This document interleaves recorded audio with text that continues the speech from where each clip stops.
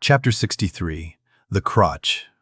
Out of the trunk, the branches grow, out of them, the twigs. So, in productive subjects, grow the chapters.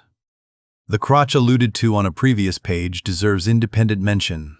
It is a notched stick of a peculiar form, some 2 feet in length, which is perpendicularly inserted into the starboard gunwale near the bow, for the purpose of furnishing a rest for the wooden extremity of the harpoon, whose other naked, barbed end slopingly projects from the prow. Thereby the weapon is instantly at hand to its hurler, who snatches it up as readily from its rest as a backwoodsman swings his rifle from the wall. It is customary to have 2 harpoons reposing in the crotch, respectively called the first and second irons.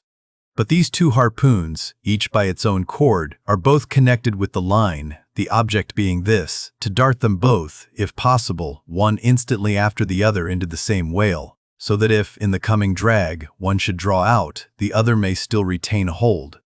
It is a doubling of the chances. But it very often happens that owing to the instantaneous, violent, convulsive running of the whale upon receiving the first iron, it becomes impossible for the harpooner, however lightning-like in his movements, to pitch the second iron into him. Nevertheless, as the second iron is already connected with the line, and the line is running, hence that weapon must, at all events, be anticipatingly tossed out of the boat, somehow and somewhere, else the most terrible jeopardy would involve all hands.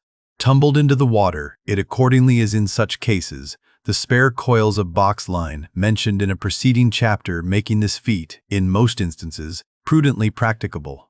But this critical act is not always unattended with the saddest and most fatal casualties. Furthermore, you must know that when the second iron is thrown overboard, it thenceforth becomes a dangling, sharp-edged terror, skittishly curvetting about both boat and whale, entangling the lines, or cutting them, and making a prodigious sensation in all directions.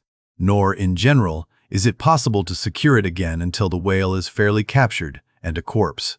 Consider now how it must be in the case of 4 boats, all engaging one unusually strong, active, and knowing whale, when owing to these qualities in him, as well as to the 1,000 concurring accidents of such an audacious enterprise, 8 or 10 loose second irons may be simultaneously dangling about him.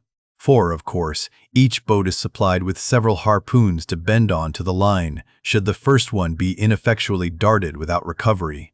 All these particulars are faithfully narrated here, as they will not fail to elucidate several most important, however intricate passages in scenes hereafter to be painted.